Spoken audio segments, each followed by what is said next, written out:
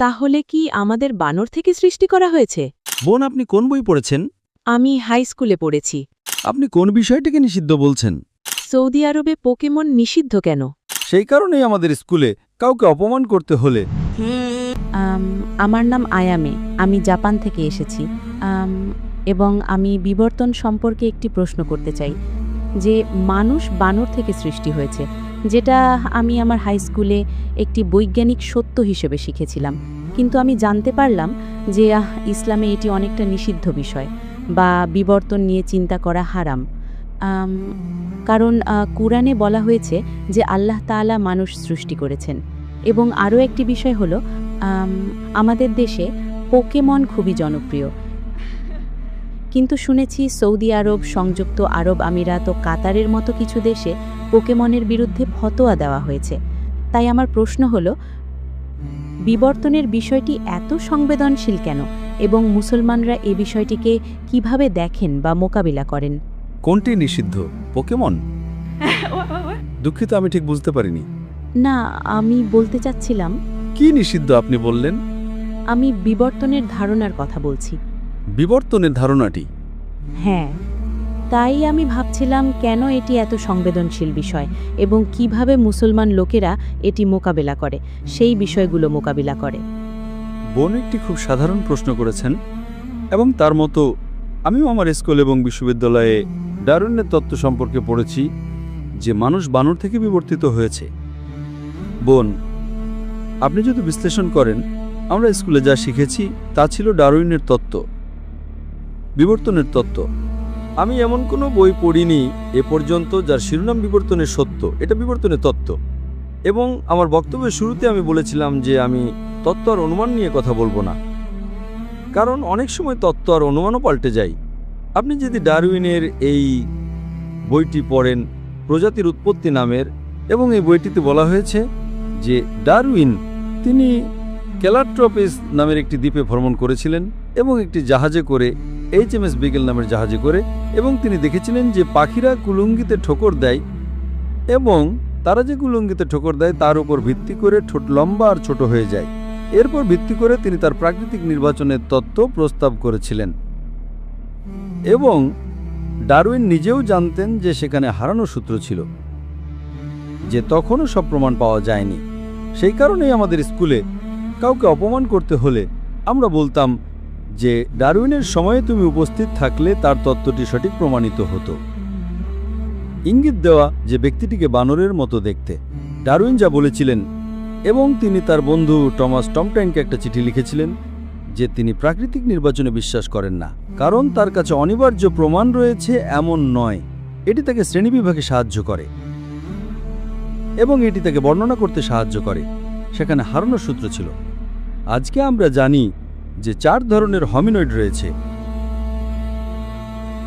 আমাদের আছে অস্ট্রালোপিথেকাস, আমাদের আছে ক্রোম্যাগনান, আমাদের আছে নিয়ান্ডারথাল মানুষ, এবং আমরা জানি যে তাদের মধ্যে কোনো সরাসরি সংযোগ নেই।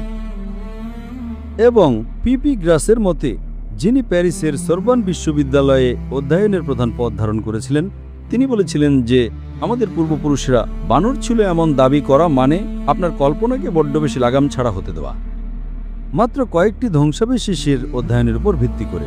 এটা কেবল একটি অনুমান, যেহেতু সত্য সম্পর্কে কোনো জ্ঞান নেই। আমাদের ডারউইনের তত্ত্ব এমনভাবে শেখানো হয় যেন এটা একটি সত্য। আরও যদি আপনি পড়েন আণবিক জীববিজ্ঞানের তত্ত্বে, হ্যান্স ক্রেগ বিজ্ঞানী বলেছেন আমাদের ডিএনএ বানর থেকে তৈরি, এটা ভাবা অযৌক্তিক। এবং অনেক বিজ্ঞানী আছেন, আপনি যদি একটা ওয়েবসাইটে যান, আপনি শুধু ডারউইনের তত্ত্বের বিরুদ্ধে বিজ্ঞানী টাইপ করেন,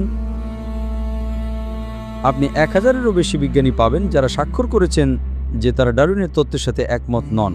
1000-এরও বেশি। কিন্তু যেহেতু তারা সত্যটা জানে না, তাই এটাকে এখনও এমনভাবে শেখানো হয় যেন এটা একটি সত্য। তাই সেখানে হারানো সূত্র রয়েছে। এবং বিভিন্ন পণ্ডিত এবং বিভিন্ন বিজ্ঞানীদের মতে তারা বলে, আপনি জানেন বানর থেকে আসা মানুষের ডিএনএর সম্ভাবিতাটা অনেকটা এমনই যে একটা উঠোনে একটা টর্নেডো আসা, এবং সব ভাঙ্গাড়ি রাখা আছে, টর্নেডো আসে এবং চলে যায়, এবং একটা জাম্বো জেট 747 তৈরি হয়ে গেছে। সম্ভাবিতা কতটুকু? অন্যান্য বিজ্ঞানীরা বলেন যে আপনি যদি লক্ষ লক্ষ অক্ষর তুলে নেন এবং আপনি এলোমেলোভাবে একটি তুলে নিয়ে এলোমেলোভাবে রাখেন, হাজার হাজার পৃষ্ঠার একটা বিশ্বকোষ সঠিক অর্থ এবং সংজ্ঞার সহ একেবারে সঠিক ক্রমে চলে আসবে। সম্ভাবনা তার চেয়েও কম। তাই এই সবগুলোই অনুমান বোন। আজ সায়েন্স একমত নয় যে ডারউইনের তত্ত্ব একটা সত্য, কিন্তু যেহেতু তাদের কোনো বিকল্প নেই তাই তারা এটাকে সত্য হিসেবে শেখায়। এবং আমাদের স্কুলে, আমাদের ইসলামিক ইন্টারন্যাশনাল স্কুল নামে একটা স্কুল আছে এবং এটা IGCSE পাঠ্যক্রমের একটা ইন্টারন্যাশনাল স্কুল, এবং এমনকি আমাদেরও ডারউইনের তত্ত্ব পড়াতে হয় কারণ এগুলো পাঠ্যক্রমে আছে।